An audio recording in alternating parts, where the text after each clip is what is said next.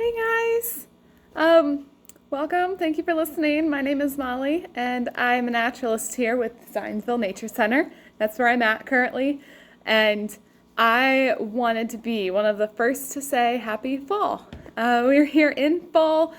Finally, it's my favorite season, and probably because when you hear the word fall, first thing you probably think of is the trees and the leaves changing to those beautiful colors of red and orange and yellow. It's very, very gorgeous time. It's like I said, it's definitely my favorite time of the year. Of course, with fall means winter is coming and our leaves are going to be falling to the ground. And that might not be your favorite part if you have to spend time raking up your leaves. If you are perhaps like me and you have a giant oak tree in your yard, you might be raking up leaves all the way through spring. So, but it's still a really exciting time. And, thinking of trees, we all have these connections to these giant, amazing trees. Whether we climbed them as kids, I climbed probably every tree at my parents' house. Or maybe you're still climbing trees right now as an adult. Maybe you're a kid and you just finished climbing a tree. I think climbing trees. When we used to play with the sticks. Maybe you still play with sticks with your dog. Jumping into those giant piles of leaves that you might have just raked up. Even eating apples from them. Apple picking is a huge thing that I think a lot of people love. So we all have some amazing, wonderful memories of trees as we've, throughout our whole lives as we've grown up. So kind of the big question is then, what are trees? What are they? They're giant. They don't move. They're kind of weird, So trees are plants with woody stems, or like the trunks, the sticks. So they have wood in them. They're not like grass, or maybe your peace lily at home. They have a wood stem, and they're found all over the world. You can find them probably everywhere except maybe Antarctica. They're everywhere, So they photosynthesize. So unlike us, we eat food to get our energy. Our trees are putting out those leaves that are capturing the sunlight, converting them into energy for them. And they also are those sucking up water and nutrients through those big roots that are under the ground. And they, some of them produce fruits like apples. Some produce nuts like acorns. Others just make different kinds of seeds that kind of like seed pods, ones that float in the air. There's so many different kinds of trees, and they're so useful. We build homes out of them. Animals live in them. They're shelter, they're shade. Birds build their nest in them. Squirrels do. Raccoons will live in like maybe the holes of them. So do like owls, and snakes will go up into them, like our gray rat snake. Insects, a lot of different insects live in our trees. Even humans. How many of us have, seen those tree houses, and they're like houses, you can live in them. Trees are just amazing. Not only that, but they provide oxygen for us. Trees are almost, or not, they aren't the most, but they are very high up in producers of oxygen. They convert, CO2 into oxygen. So they're cleaning up our air too. Really, really cool plants. And, some of them are small and they look like bushes. Some are huge, like the redwoods in California. And trees live a really long time. The oldest tree ever recorded is somewhere around 5,069 years old, which, side note, is when the wheel was invented. So trees live a very long time. They're such unique plants, and definitely something we should all admire. I know I definitely do. So when it comes down to identifying trees, it's not always easy. There is numerous species of trees. There's hybrids, there's mixes. It's it's not easy sometimes to to identify trees. So there's 2 tools that can help you kind of figure out trees. First is a field guide. Highly suggest field guides. They are really great at identifying any kind of species, whether it's an animal, a bird, a tree. Really big help. And then the second is a dichotomous key. So you might remember them from like high school. If you're in high school, you might be learning about them. Dichotomous key are actually one of my favorites. They're like a puzzle where it takes 2 things, 2 traits of a species, whether it's any kind of thing from a fish to an insect to a tree, and you use those 2, compare them. If it's this one, it'll tell you, oh, go to step 3. If it's this one, go to step 4. And then from so on, and it'll actually narrow down the type of tree that you have. And I'll actually put a small, kind of a little dichotomous key in the comments of this video so you can kind of see what I mean with dichotomous key. If you're watching this on YouTube, check our Facebook page at Zionsville Nature Center, and we should have that dichotomous key on there. But as I kind of go through this and teach this with you guys, I'm going to kind of almost use the dichotomous key method where I'll say it's this or this, or then it's this or this to kind of help. So, very first thing to identify a tree is to figure out if it is opposite or alternate branching. Very first thing, so let's say you have a tree right in front of you, trying to figure out what it is. First thing you want to do is figure out opposite or alternate. So don't look at the trunk. A lot of times on trunks of trees, they've had branches that have broken off, years ago, or maybe they were trimmed. So don't look at the trunk. Look way up in the tree. Look at where the branches are, the little twigs. Look what they're starting to grow, and then see. And I have this little. So if it's opposite, you're going to see branches are coming out at the same point. That's opposite. If they're alternate, they are alternate. Kind of makes sense. It's pretty simple. Like I said, this is like a twig, a branch. That's why I have the leaves drawn on there. This is your first step to figure out what kind of tree it is. So the first, let's say you find out it's an opposite. That's amazing. Opposite, there's not that many trees that have opposite branching. And if you have opposite branching, you have got yourself a mad horse. Not an actual horse. Mad horse is the abbreviation. It stands for maple, ash, dogwood, horse chestnut, which is also a buckeye. Those are the trees that have opposite branching. So like I said, maple, you got your ash, your dogwood, your horse chestnut, or buckeye. So those are some ways if you have an opposite. Okay, so let's say you got an alternate or an opposite.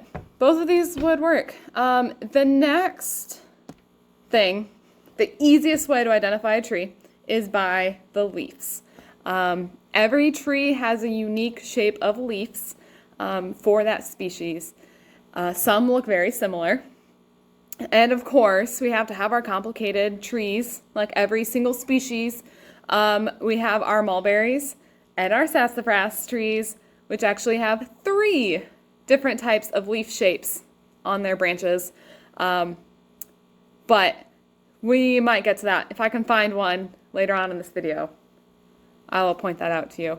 But leaves are the easiest thing to figure out what kind of tree it is. It could be our oak leaf, very long and skinny, and these little points out from it, these big lobes coming out. Maybe it's a maple. Maple is kind of like a star that's shooting out. Or one of my favorite trees, maybe it's a ginkgo. Ginkgos are very easy to identify. It looks like a fan. Looks like you could fan someone with it. If you have a female ginkgo tree, they probably aren't your favorite because they do not smell very good, the fruit. But ginkgo. So all different kinds. So when you start looking at your tree and you're looking at your leaves now, you figured out if it's opposite or alternate, there are two kinds of leaves to narrow it down from. And I will show you that one now.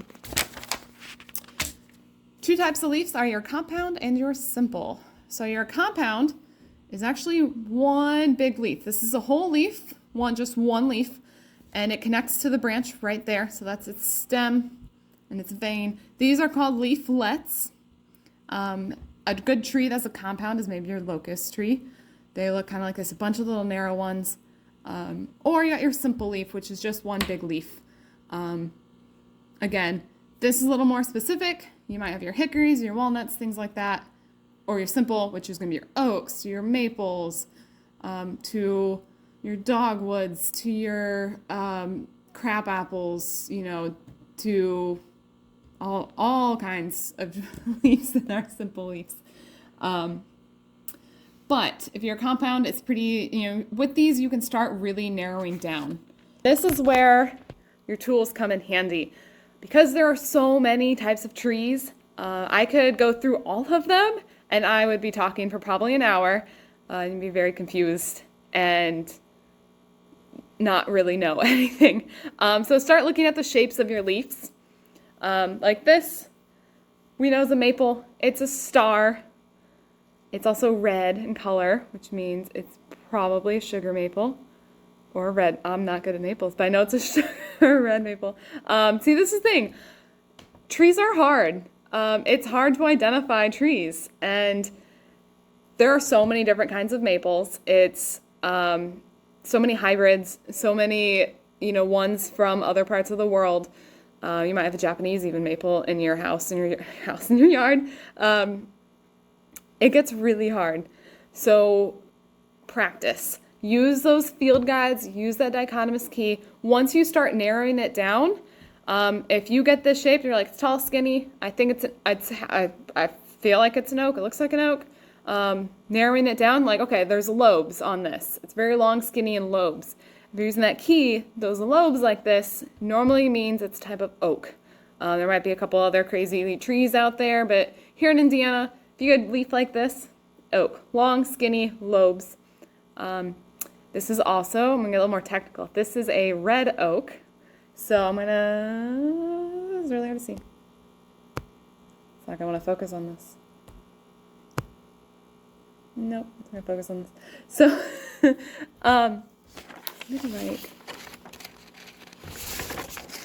so red, you still can't see it. So red oaks have these little pinpricks coming out of it. I wish I could show you, but there's these little, I guess if I hold it back, you can kind of see it. These little needle-like things coming out. Red. The other one is a white oak, and white oaks are curved. You're not going to see these little spikes coming out of it. So that's one thing I remember always, a red oak and a white oak. Red oak has the points. White, which is like a curved W, has the curved leaves. Now, I wish it was that easy. There are several species of red oaks, several species of white oaks. So that's just one way I can help is I know it's a type of red oak because it has the points on it. I know it's a type of white oak because it's curved. And there actually is a red oak and there is a white oak. But the red and white I'm talking about is the families of the oak trees. It's hard. Tree identification is hard. It's, don't ever give up hope with learning trees. I like to think of trees as kind of like the fall warblers. They look pretty similar. You might only see one. Even different species, the same species of tree looks different from a very same species of that same tree. I mean, it's hard to identify trees. It's not like a raccoon where it's like that. There's nothing else that looks like it. It's a raccoon. So it's all about practice because you know what happens in the winter. See, this is where I make it harder because you know what happens in the winter? Leaves fall to the ground and there's no more leaves. And that's when you get winter tree ID. Winter tree ID is a lot more difficult. For me, I grew up looking at like the bark of the tree and then the twigs, how the branches sit on the tree. And it takes a lot of practice. My dad, growing up, he was an arborist, and so I spent my whole life looking at trees. And I still don't know as many trees as I should. It takes a lot of practice, like I said. But don't give up. Just keep going. Find those trees in your yard, in your neighborhood, and start studying them. Right now is a perfect time to start learning those trees, because if you're raking up these trees, this leaf, heck, maybe this leaf, learn it, pull out that field guide, get the dichotomous key, figure out this is the ginkgo tree, and then look at the tree. Look at the bark, look at the branches, just keep looking at it, memorize it, compare it to the tree next to it. See how the branches are different. Maybe you got an oak tree next to it. Look at how they compare. Your oak tree is going to be probably a lot bigger than your ginkgo tree. Using that and practicing, going around your neighborhood, going around your parks, keep looking and comparing. And using that field guide to help narrow it down. You'd be surprised how good you get just by identifying them, practicing them, looking at them.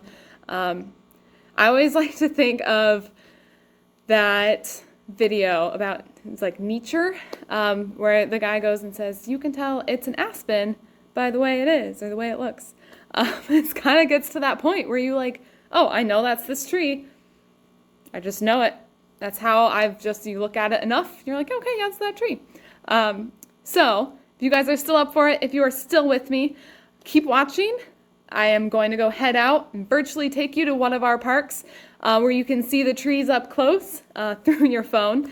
And I will help kind of use these practices and show you some of these trees that we have in our parks. And not only that, I'll show you some of these very common trees in Indiana that are especially in our neighborhoods and our parks. So you can start learning and figuring out what trees you have around you. So just give me 1 second. I'm going to pop over to one of our parks. Hey guys, you made it. We made it. I am here at Starkey Park, away from the sun, right by the parking lot. Beautiful park, great spot for birds and wildlife and wildflowers, and most importantly, trees. So as I'm here, right here at the front, we have a perfect tree to start using those keys to try to figure out. So let me show you. So it is this big tree right here, comes all the way up, and here are the leaves right here. And let me show you some good leaves. So first off, like I said, we want to see if it's alternate or opposite branching. I'm going to try to get a good branch to see as you look through. That's a good one. It is alternate. So it is an alternate branching, so it's not the mad horse. Now we want to look at the leaves. Is it simple? Is it compound? Now if you look where the leaves kind of come off of the branch, it's hard to see in the sun. So that's kind of right where it comes off.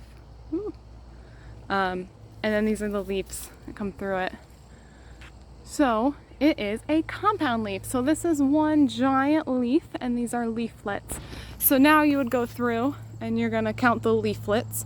If you're using a field guide, a dichotomous key, it's going to point you to a locust tree. So we know it's a locust tree now. Now there's two kinds of locust trees. We have our honey locust and our black locust. Honey locust, both of these I should say, you're going to find in your yards, in your neighborhoods, in your parks. The black locust is a very beautiful tree in the spring, has these beautiful white grape-like flowers. And the honey locust has these crazy looking thorns all around it. It's like thorns on thorns along the trunks. It just looks so dangerous. Now I do not see those thorns anywhere. So I'm going to look at the actual branches. And you can kind of see there are some little thorns. And that tells me it is a black locust tree. Now the best thing here about Starkey Park is a lot of our trees are labeled. So once you kind of start narrowing it down and you figure out your tree, a lot of them are labeled. And oh look, it is a black locust. So a great tree As I was talking, there was also a warbler right overhead, kind of checking me out, and it was a Tennessee warbler. I didn't get it though, he's too far off. But still really cool. Now let's do another tree. It's a good comparison, and that is this guy. Now a lot of you might know, it's a pretty famous tree. It is a tree that's on actually a country's flag. You might recognize it as a Canada flag. You also probably love the stuff that comes out of it, especially if you like waffles or pancakes. A maple tree is what gets maple syrup. So how do you get this? So you're gonna look at this branch first. Remember if it's alternate or, oh, we got a little bug. If it's opposite or alternate. And that's pretty clear. Even if you look at, oh, you can see it. If you can look even at the branches, it is all opposite, which puts us at Mad Dog. Maple, ash, dogwood, horse chestnut, or buckeye. So we know it is probably one of those trees. Now we're gonna look at the leaf shape. To me, it looks like a star. There's only so many star leaves like this. We might have our sweet gums, we have our maples. Of the Mad Horse, maples are gonna be your stars. There's a lot of different types of maple. So right now, it's even for me, it's difficult to tell you what kind of maple it is. Some of you guys might know. I've never really mastered how to identify all the kinds of maples. But here is our maple tree, which is pretty neat. Now I'm gonna keep going, walking down the trail and look for trees. So I'm gonna kind of pause it and start the video back up once I make it to a tree. So just stay tuned. So I am standing behind a huge, beautiful tree that is sadly no longer alive. This is a tree you're gonna see everywhere. It's a very popular tree, but is no longer doing well anywhere because of a bug. So some of you may know what I'm talking about. This is actually I'm not gonna say, because one thing you can see with this tree, there's still a dead branch up there. And if you look at it, is it opposite or alternate? It's opposite. So now we're sitting at maple, ash, dogwood, horse chestnut. You might think, oh, chestnut. American chestnut, yeah, not doing well. But these are ash trees. Now you've heard of the emerald ash borer that's come through. I say ash trees because there's another one right there. So what happens with the ash trees is these bugs have the larvae that go into the living part of the tree, which is in between the wood and the bark, and they basically eat all the living tissue, basically choking off the tree. So good way to tell an ash tree is normally not alive. It's normally really big. Another way is the bark. The bark looks like a whole bunch of different triangles. It's like a whole bunch, or like diamonds. A bunch of diamonds where they come together, go apart, come back together, creating that kind of diamond look effect. And it's very patterned. Oh, we got a bug. But one way I always know too, is the way I was taught. Go to the very top again. I'm gonna look at that branch. All of the branches and twigs on an ash tree end in like tridents. They have one little piece out, and then those side pieces, and it always looks like a trident. That's one way I was always taught, is how you tell an ash tree is it has a trident on the end of all the twigs. Also a good way, if you look at this tree behind, the bark is peeling off because it's dead, because all the living tissue that's connecting the bark to the wood is no longer there. So a lot of these ash trees you'll see pieces missing like that. But let's continue on. Okay, so I am up to another tree. Actually, I have two trees I want to point out to you guys. So the first is this guy. It is a massive tree, and it is a white oak. So remember earlier in the other part I said how you might have the white have the curved lobed leaves, red has the pointy. Another way to tell the difference between this, which if you look on the side, white oak, is the bark looks different on both trees. So this bark is very smooth and flat. It's very like strips all the way down. And this one you can kind of see the edges of each strip are kind of peeling off. Like along the bark, it's starting to peel up. It kind of, to me, almost looks like book pages. When you like start like moving the pages of the book, when you might open a book, how the pages all look. It's very smooth. Now compared to, I say smooth, because our red oak is even more smooth. I'll walk over to it. This is our red oak tree. There's a good picture of it. Our red oak, there's another one. Very, very, very smooth. There's no pieces that look like they're gonna pull off. White oak, I could pull off the bark. This one, I don't think I could really get off a chunk at all. Very smooth all the way straight up. And someone once told me it looks like ski tracks in the snow, like SKI ski tracks. They kind of are weaving in and out. They're kind of moving sideways. Looks like how you might ski on on the snow. And normally they're kind of run together, like they're all parallel, going all the way down the tree. And I did find their leaves, so I can kind of show you the comparison of the leaves. I put them over here so you can see them easier. So if you look, here's our white oak. It has those lobed, curved edges. And then our red oak here has those points. You can kind of see those little jagged pieces coming off. So this comes from our white oak. This comes from our red oak. So pretty cool stuff. I can go on and on and on. I can tell you pretty much a lot of these trees. I can tell you how to identify them. I can go into more detail about how to identify, our oaks and our maples. But I would be here all night. So I highly encourage you guys to get out, bring out a field guide, bring out a dichotomous key, go out into your yard, maybe when you're raking those leaves, figure out what's around you and just practice and learn, and then just enjoy these beautiful giants.